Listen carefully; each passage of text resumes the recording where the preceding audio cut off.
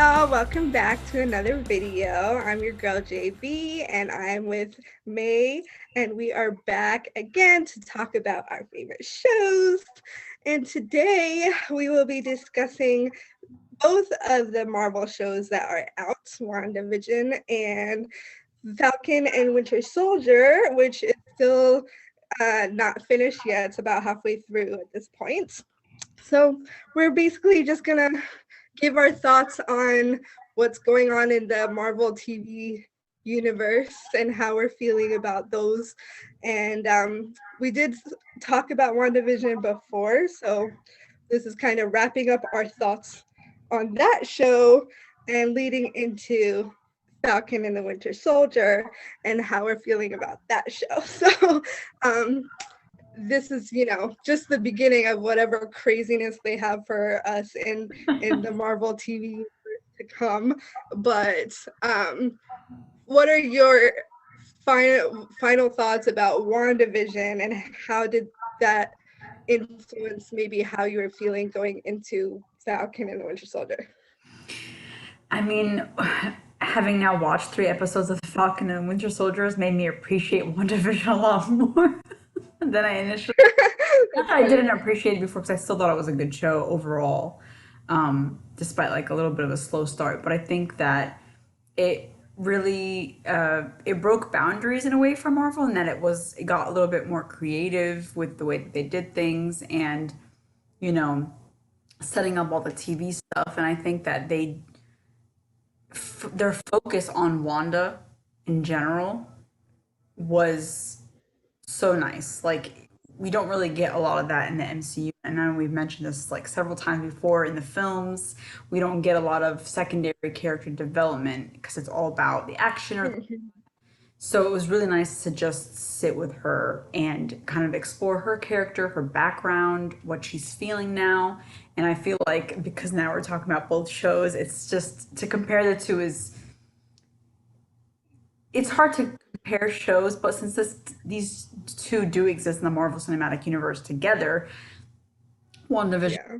like a superior show thus far, because it actually had like one cohesive storyline that I think it executed it really well, with regards to Wanda and her grief, and just having an exploration of a superhero who also did something not so great without having anybody pull the strings behind the scenes necessarily was also really well done, because I don't think that that's something the MCU tackles quite often, because it's usually like some external force that the Avengers have to deal with. So I think that they did a generally good job, and maybe it's been a month since it's ended, and I feel like it was one of the best things that the MCU has done in some time.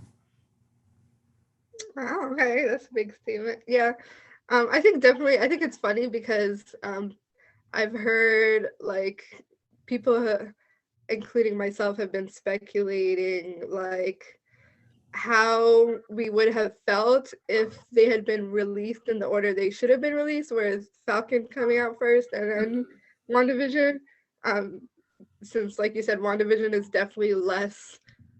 It was, Falcon and Winter Soldier is much more your typical Marvel production, and WandaVision, a lot of what people liked about it is that it deviated so much from your typical Marvel formula, and that was what was nice about it. Um, and then the criticism of it was that in the end it went right back to its typical Marvel Yeah. formula. So it kind of backtracked in the end a little bit, and I think that's why a lot of people were disappointed by the ending, because it had like this amazing buildup, and then in the end it didn't really live up to its buildup in the end. Um, and I think that, like I think initially my thoughts were, it took me a while to kind of like process everything, but I think after I had processed, I definitely agreed with the perspective that the ending did not line up with the rest of the show and didn't do justice to the rest of the show, um, and that it was very much, your ending was like your typical Marvel movie, um, Yeah, the and big not in fight the scene and all that. Yeah, it's just this, it went back to just being a sort of surface level show when the whole point of why people loved WandaVision is that it actually was very deep and emotional and nuanced and all these things that Marvel usually isn't. But then in the end, it went right back to being surface level action drama, whatever. A lot of the emotional element I felt got lost in the end, um, which I thought was disappointing considering it was such a good story, emotionally speaking. So to drop the ball in that moment in the end when it really mattered was a little bit of a disappointment. And it's still, I think if the ending had been handled better, I would have stronger feelings about it being a good show. I think endings matter a lot to me Yeah. and really impact how I feel about the rest of the show. So the fact that they dropped the ball in the end kind of took away a lot of what I felt about the quality of that show. Because I was like, you were so close. You had it right there in the palm of your hand. And then it's like they got scared in the end and just were like, oh no, we have to go back to like the formula that works, you know? Yeah, and I feel like they also use the end to sort of set up future projects, which I always feel like that's what fumbles the ball with regards to it being so Mhm. closely connected to the other movies. You know what I mean?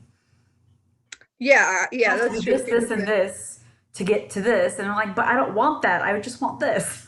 yeah, there's so much that they have to put in there to set up future projects Yeah. always, and I get that, but yeah, it's just like not at the expense of the story that you're telling at that point either.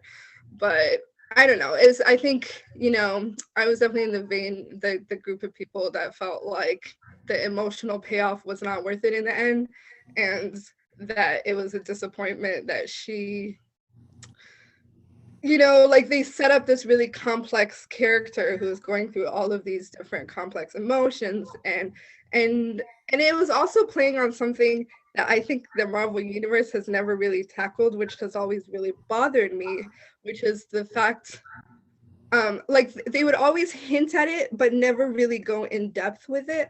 And I'm curious, and this maybe could be a good segue into our Falcon and Winter Soldier discussion as well. It One of my beefs with Marvel has always been, and not just Marvel, actually, the superhero world in general, usually, is that they play. I've never been a huge fan of the concept of good versus evil because Mhm. I'm definitely in the category of people who believe that good and evil is a gray area and it's very subjective. And I feel like a lot of superhero stories get way too simplistic in that good versus evil formula. And a lot of people like critique that of like, you know, nobody likes that evil character is just evil for inexplicable reasons. And Marvel will always touch upon the subject, but then just when you're like they're getting into the depth of it, they'll pull back and go right back into that. Let's just make this about fighting and people punching each other.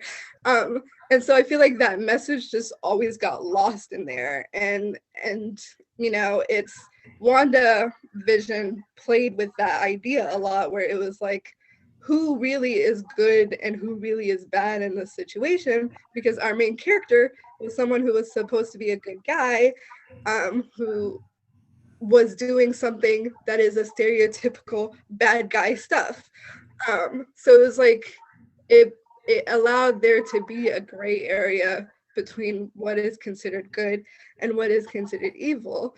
And that was a really awesome thing that superheroes really do need to explore, because there's a lot of problems with the things superheroes do that is not usually touched upon.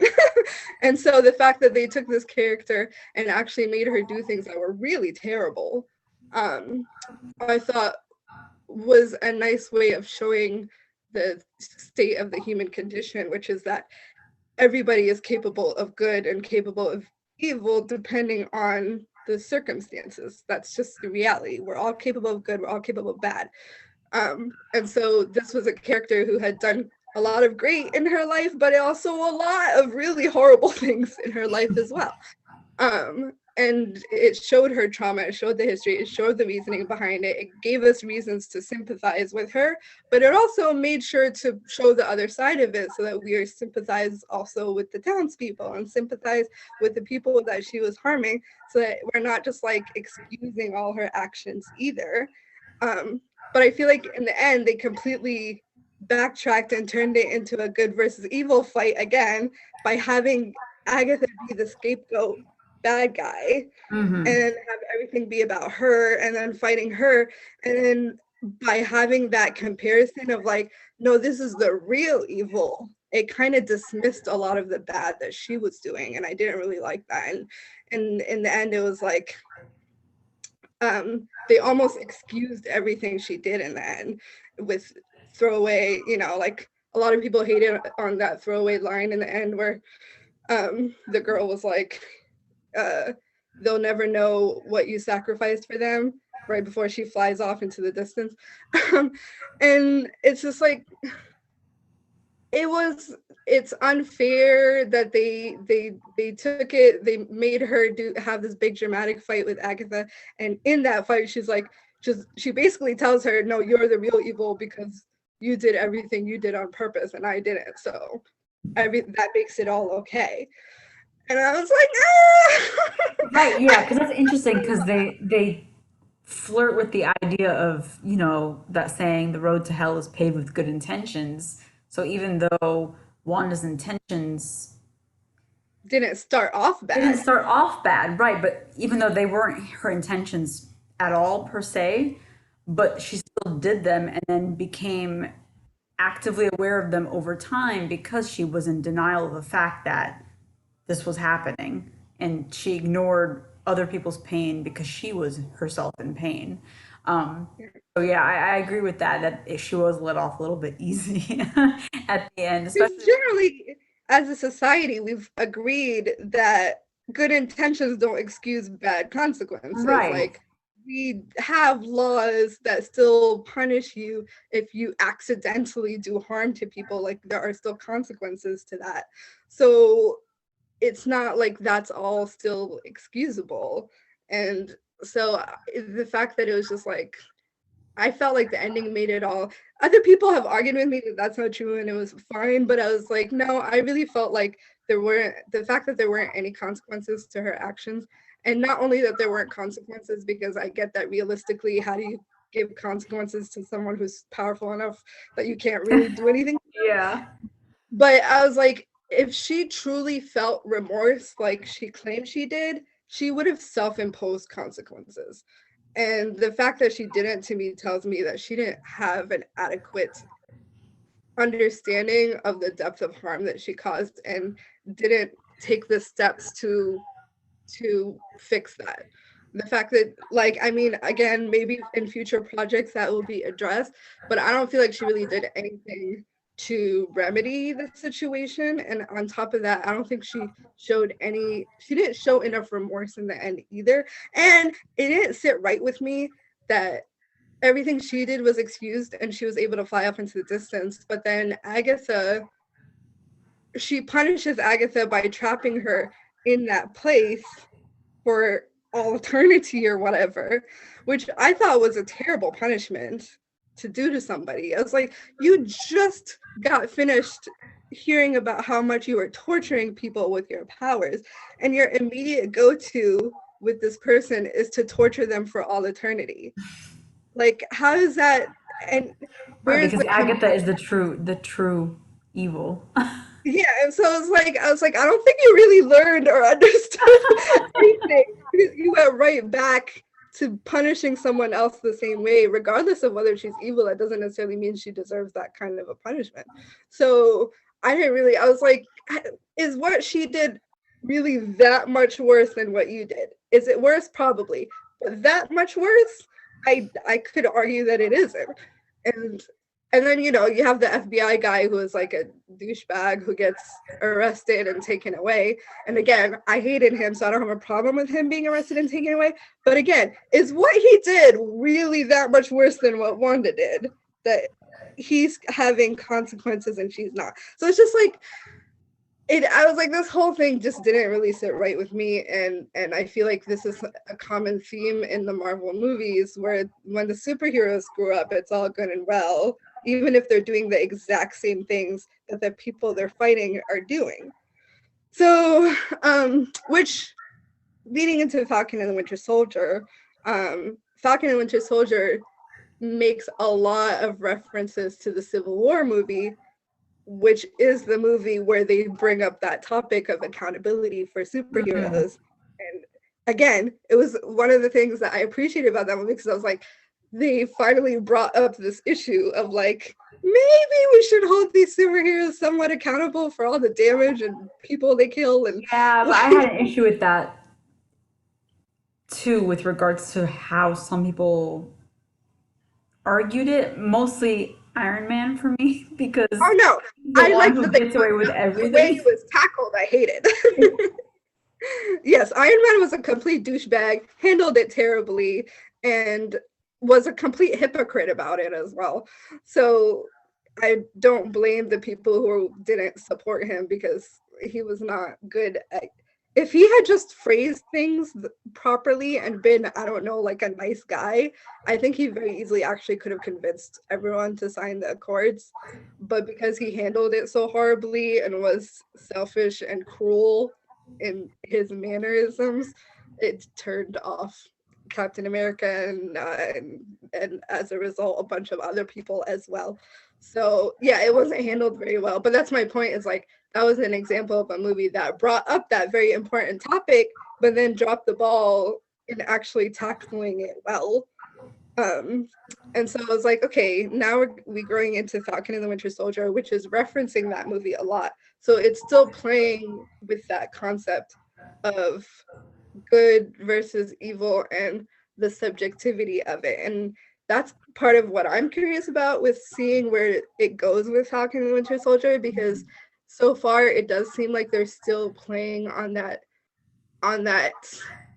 gray area of like, who are really the bad guys and who are really the good guys, and how much of it is subjective, because the organization that is the bad organization has a good cause, and the people who are supposed to be good, like Captain America, are clearly not going about things in the best way.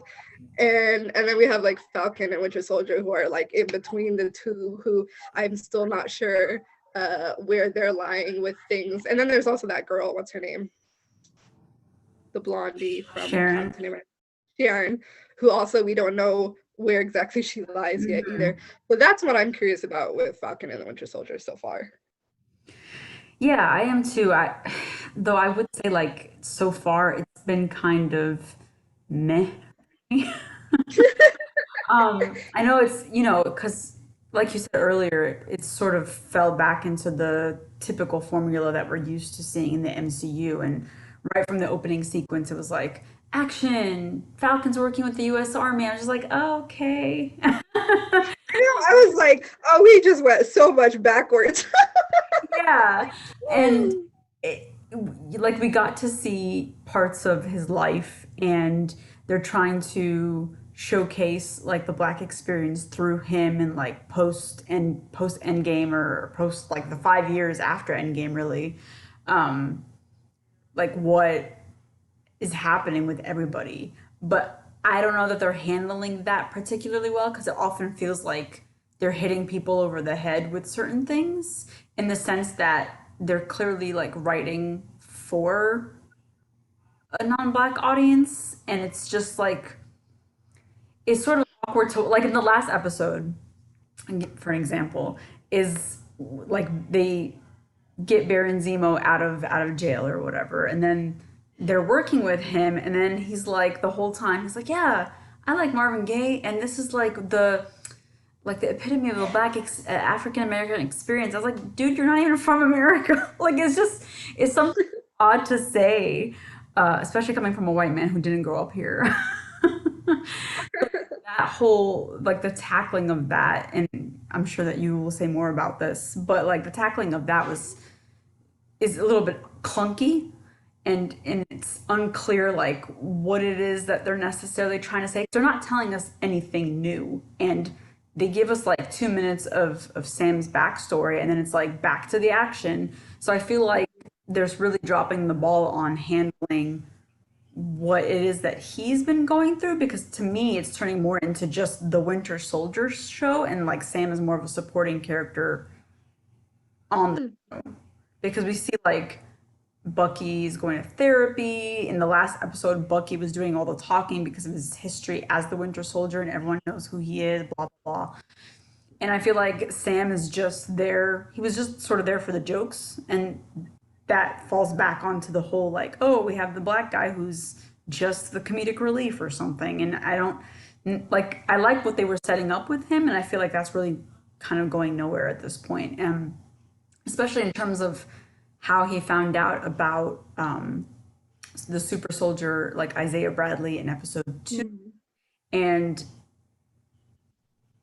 like his, it would be more interesting to me if they set up his story as someone who is not so keen on being Captain America because of what they're doing with this Captain America, like being a face of the government, being propaganda, so on and so forth, like sort of everything that Captain America over the course of his life realized was not that great. And like that would have been an interesting arc for them to tackle, especially like as a black Captain America. And the fact that they're not necessarily doing that and not making it clear like why he necessarily gave up the shield, as as in it's like not a personal thing, is a little odd to me. And like in terms of the whole like flag smashers versus the US government and stuff like that, I think it is really interesting, like you said, the playing with the gray area of who really is the good guy and who really is the bad guy, or like who the government likes to paint as the bad guys when they're also doing really shady things.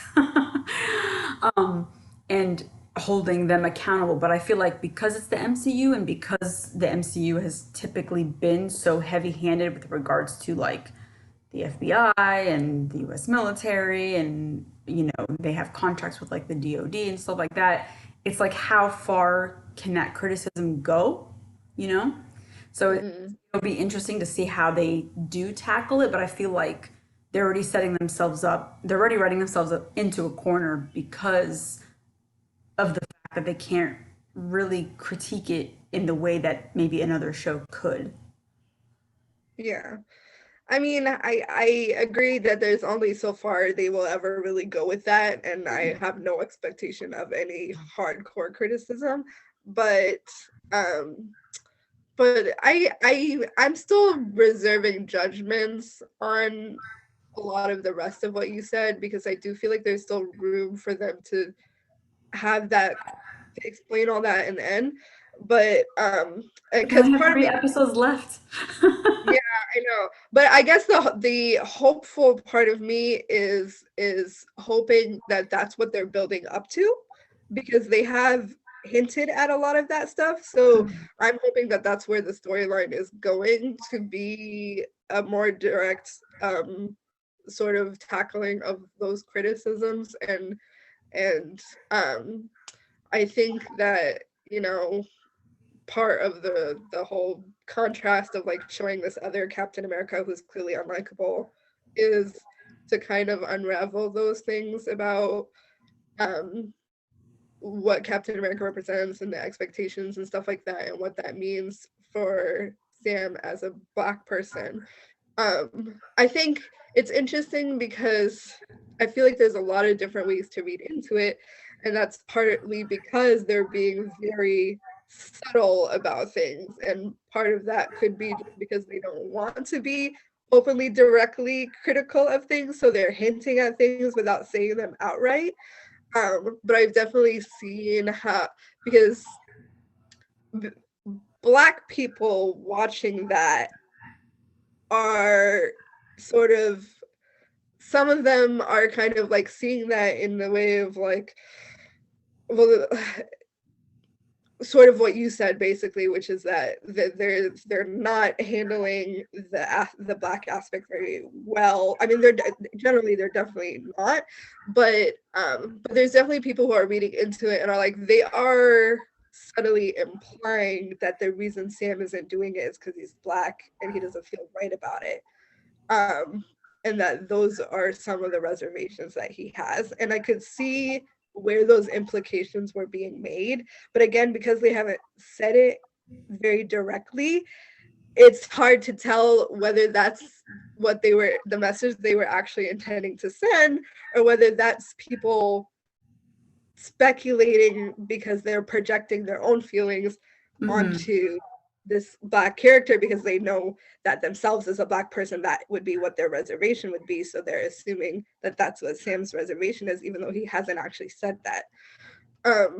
So I'm curious to see whether they will outright say anything more directly about why he didn't want to be Captain America, and whether they'll make him change his mind about that later on when he sees how crappy this Captain America is. But it is, I mean, the military aspect is never really going to go away when it comes to Marvel, and I didn't really expect it to. I was annoyed that he was now working for the military, and I was like, really? After all the conversations Captain America had about, like, not wanting to work for the government, you went back and worked for the government. But yeah, I was there were so many, like, I think the problem with this show, like, I'm actually really entertained by it and I'm enjoying it. I think the problem is just that there's so much content in it that there's no way that all of it is going to have a good payoff in just 3 episodes. A lot of people are just like, I don't know how they're going to wrap up all these storylines, because there's like 20 storylines happening simultaneously in this one show. And I think part of the reason WandaVision was able to do what it did well was because it was a very specific, narrow topic that they stuck through, and it was like you said, it focused on Wanda the entire time, and so it really was able to showcase her emotions because it wasn't a complex story and there wasn't a lot going on.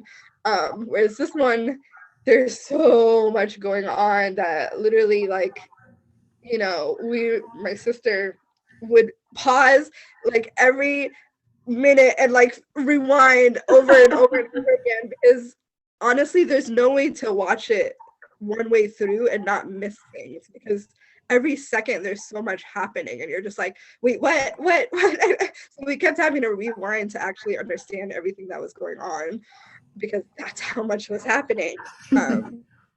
But I am enjoying it. I'm enjoying it more than I probably thought that I would. But it's definitely like same as WandaVision, because I was enjoying WandaVision up until the end.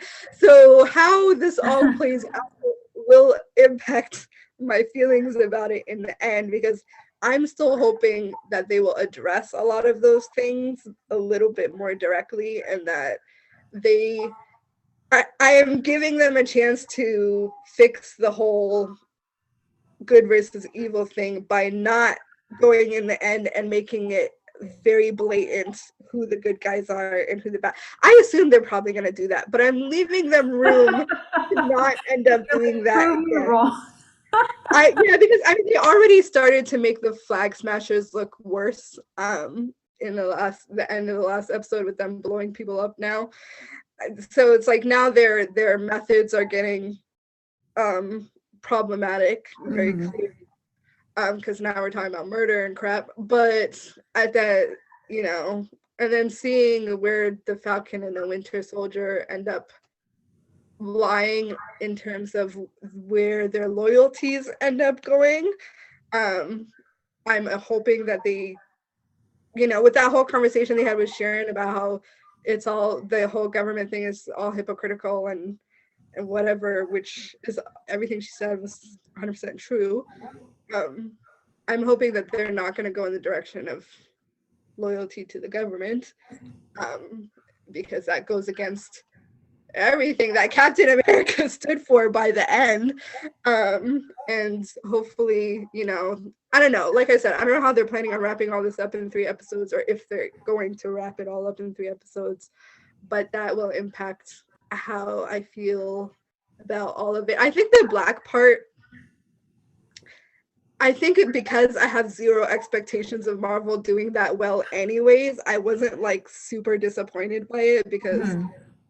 I didn't really expect that it would be done well. I was just like, Yeah, whatever. I mean, it's the It's MCU. They've it's a only Marvel just show. This realized that people of color exist. and they were their whole backstory was a military backstory already. So it's Yeah, not that's like I true. was super shocked. So it's just like, okay. I don't know that I agree with your interpretation that Bucky is more the main character and he's becoming more of the sidekick. I actually felt like it was a good balance of both of them. I do agree that they're not doing a good job of showing the emotional aspect of Sam as they are with Bucky. That's definitely Hmm. true. And maybe that's another black thing where they're just like, we don't know how to show black people having feelings. Well, and that's what I mean about the balance of it all, because like to me, the core of getting attached to characters is to show them having emotion and reacting emotionally as humans do to certain things, or talking about their feelings. And it's just, Bucky's being able to go, being able to go to therapy and kind of which relive all I the really, stuff that he did in his past and so on. So that, yeah, and I 100%. wish they would try to do the same thing with Sam. Like, how is it really affecting him instead of having him keep it all inside? Yeah, and making him like the comedic character, like you said, which is fine because a lot of people, there are people who cope by being comedic. So if that's his coping mechanism, I think that's okay. But you would have to show that that's what it is Hmm. by showing him having feelings at some point. And I think that would have been able to be done if they didn't. I really wish they would keep that therapist because I have long They all said need to go to therapy. need intensive therapy. And I was so happy that they finally showed a superhero character being in therapy, even if it was forced therapy, just to showcase that. And then they have like one session with Sam and both of them give up on that session and then they're like, well, I guess we're not doing therapy anymore. And I was like, are you kidding me? All of you should be required to be in therapy because when your mental state is not healthy, you do dumb things that affect other people. So all of these Which is heroes, exactly what they're doing. can you imagine like how much might have worked out better if Tony Stark was in therapy? Yeah. Because he We caused we so live in many a different world. just because he was clearly mentally not in a healthy place for many, many movies. And everything he did reflected that and literally caused the destruction of entire cities and killing a lot of people that all fell on his shoulders. When it all could have been solved with therapy, guys, all of it. So yeah, anyways, we'll see where this show goes and we will give an update after it's over about how we feel about it. But I'm giving Marvel a chance. We'll see. We'll see if they disappoint. But yeah, and we'll see with future projects. I'm wondering if this is going to be like a continuous theme with their TV projects, or if this just happened to be a theme that was in both those shows. But I would love that to be a continuing theme because they don't talk about that enough in the movies at Mhm. all. But overall, like you said, I think it's really nice seeing these side characters get to be the center of attention for a while. So I'm excited about that, especially since for me, the side characters were usually more my favorite characters than the main characters. So, so I appreciate that. So, anyways, any final thoughts? I like Sam and Bucky together. I think they're pretty fun, like in general. I think because for years I used to watch interviews with the pair of them, and they would not stop laughing. So they're Yeah. entertaining. So I'm like, when they got their own show, I was like, yes, this is the content we deserve. I'm glad that Yeah. they're finally actually like Captain America's sidekicks are essentially having their own show, and that's great. That's great for them. I'm happy. Absolutely. Oh, speaking of Captain America sidekicks, really quickly, one thing that was really freaking annoying is that they gave the new Captain America a black sidekick as well. Yeah, well, I pointed that out, and a friend of mine was like, they probably did that on purpose, like to show that they have like some formula they want to continue following, and sort of like in a way, it's also parroting Marvel itself too, because there is a formula that they continue following. So that is interesting, and I thought that they did that on purpose specifically because they wanted to copy Captain America, so they brought in a sidekick who would also copy Captain America's sidekick, essentially. So I thought that was Where, interesting, and I wonder if yeah, I there's mean, anything in particular, like commentary and specifically. I would understand if it was, I don't know, like, I don't know if it was meant to be a satire of them making fun of themselves. mm, I don't think it really played across that way very well. I don't, especially since they're both really annoying characters, but it's just, I get that it's somewhat a commentary on that, but it's like a commentary that didn't need to exist Hmm. because it's a really obvious, like, you don't need to point out the black sidekicks. I think anyone who hasn't noticed that is just dumb. Yeah. But like, so it came across to me more offensive than like a commentary on anything. It was just like, it was a commentary that wasn't necessary to make, and just, it's just like, well, it's just why, well, especially if you're going to make them despicable characters, like, and you know, they were trying to like make it out to be like, oh well, he's not like the sidekick, but he's clearly the sidekick. It's just, Yeah. It's interesting too because when I first saw it, because they showed that he was married to a black woman, his best friend is a black man who's also his sidekick, and I'm just like, this is interesting. It's almost, yeah, that's, I I don't was gonna ask know. about, is she supposed to be his wife though? She Because is. I, At okay, least because I've read like that's different where things about, that's where I read that she was. I think in like an official description or something like that.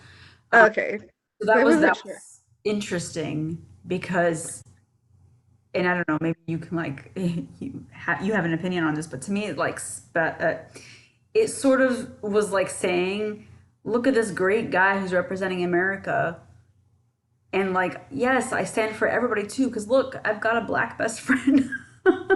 So I don't know how I'm supposed to read that. I'm just Yeah, that it was assuming kind the of like parallels were typical. obvious, and I hope that it wasn't like anything else because that's just side eye worthy. The thing is, it can only work as a commentary if you include something in there that comments on it. You know what I mean? Like, otherwise, how is that? Like, I don't know. The moment I saw the black, I assumed she was just a girlfriend or something, but I was like, black girlfriend and black best friend. Like, first of all, wasn't one enough? Like, why do you need both? And second of all, like, that's just so excessive and so dumb that, and offensive, especially because I knew they were going to set him up to be a not great character.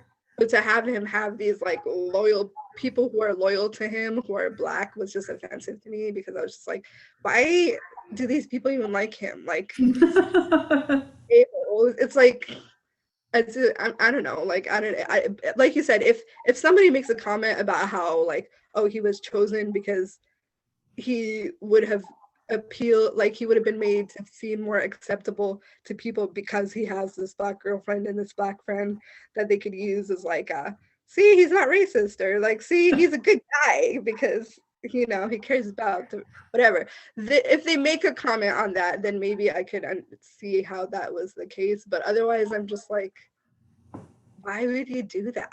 That's just, I don't know. I hated it. It just put a bad taste in my mouth immediately. It was just like, ugh, there's two black people who support your a-hole self. Why? So, you know, I don't know. We'll see again, but I'm curious to see like how far they go with the new Captain America, in terms of how despicable they make him by the end. and then how, you know, his friend plays into, because his friend has seemed to like make comments here and there about that, like not agreeing with his way of doing things. So I would love it if in the end the black people were like, screw you. I'm not down for this. I don't think that's gonna happen, but that would be nice. Stick it to the white man. Yeah. Oh my god. Best way to end it would be if his black sidekick turns on him in the end and takes his shield and gives it to Sam and is like, you know what? We need to stop letting the white man be Captain America. Clearly, this is not the way things should be. Yeah. I mean, I definitely think Sam was gonna reclaim Captain America's mantle at the end, so Yeah. he should because it was given to him to begin with. But I feel like I don't know if they're trying to set it up in a way where it's like he's gonna earn it. I was like, I mean, he did all that, and then he already earned it. I don't understand. Yeah, he doesn't need to do anything to earn it. He just Yeah, needs to feel like he just needs to feel like it belongs to him, in his words. So I think in the end it would be more so that I don't even know that he'll feel like it belongs to him, but it'll be just like it's either that or allowing it to be in the hands of the government, who clearly does not have a good way of discerning who deserves to have it. So and when your own friend gives it to you, I know. maybe don't give it Gift. away. Take it. Even if you just keep it for yourself, like you don't even have to use it. Keep it in your house for whatever. Like, don't give it to someone else. But you know that's what you get for trusting the government. Yeah. Anyways, on that note. Oh, quickly also, sorry. What is your take on Sharon? Because I know there's like all these theories out there about what the heck is going on with her shadiness. I mean, after I got over the fact that Captain America and her had a thing, and then he went back and like Yeah, we're trying to forget about that. forgotten. But I mean, I thought it was great that they brought her back into the story. Yeah. I don't really have very strong feelings about it, other than I'm like, whoa, what did they do with Sharon?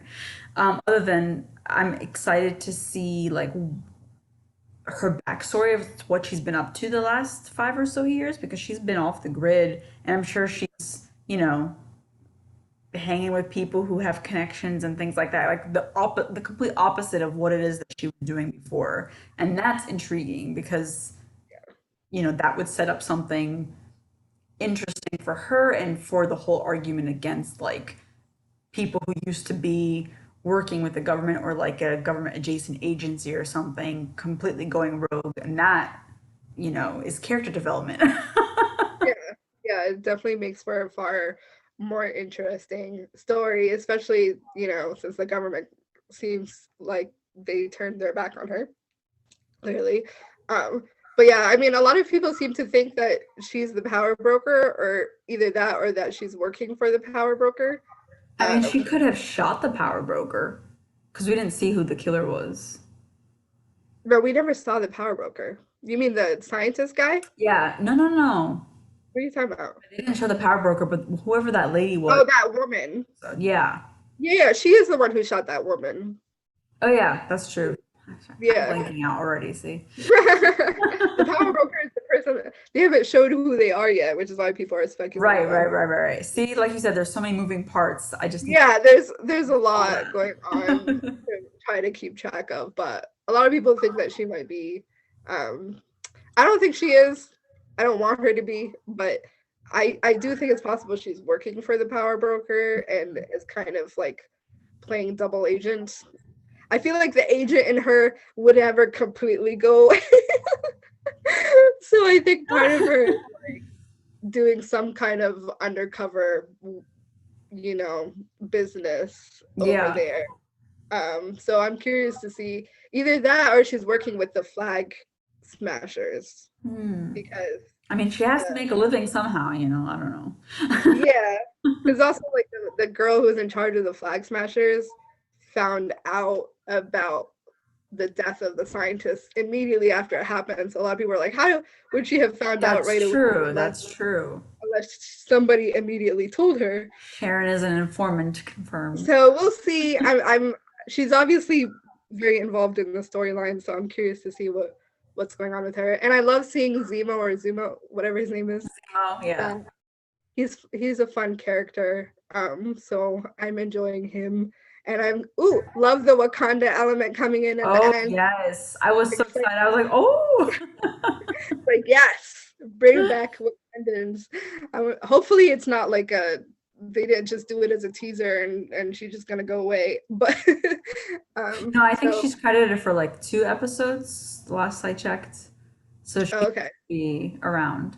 So that's exciting. Yeah, I mean, they need someone to keep Zemo in line or Zemo, because otherwise he's just gonna double cross them in the end. Oh yeah. So we'll see. Anyways, I think we rambled about the show long enough. Hopefully you guys come back and catch us in another video when we talk more about Falcon and Winter Soldier and the finale. And how we feel about the show overall after it's done. And also come back and check out our videos about other shows that we're watching and other TV topics and reactions, all kinds of stuff. So make sure you like, comment, and subscribe to the channel so that you don't miss out on any videos that we post.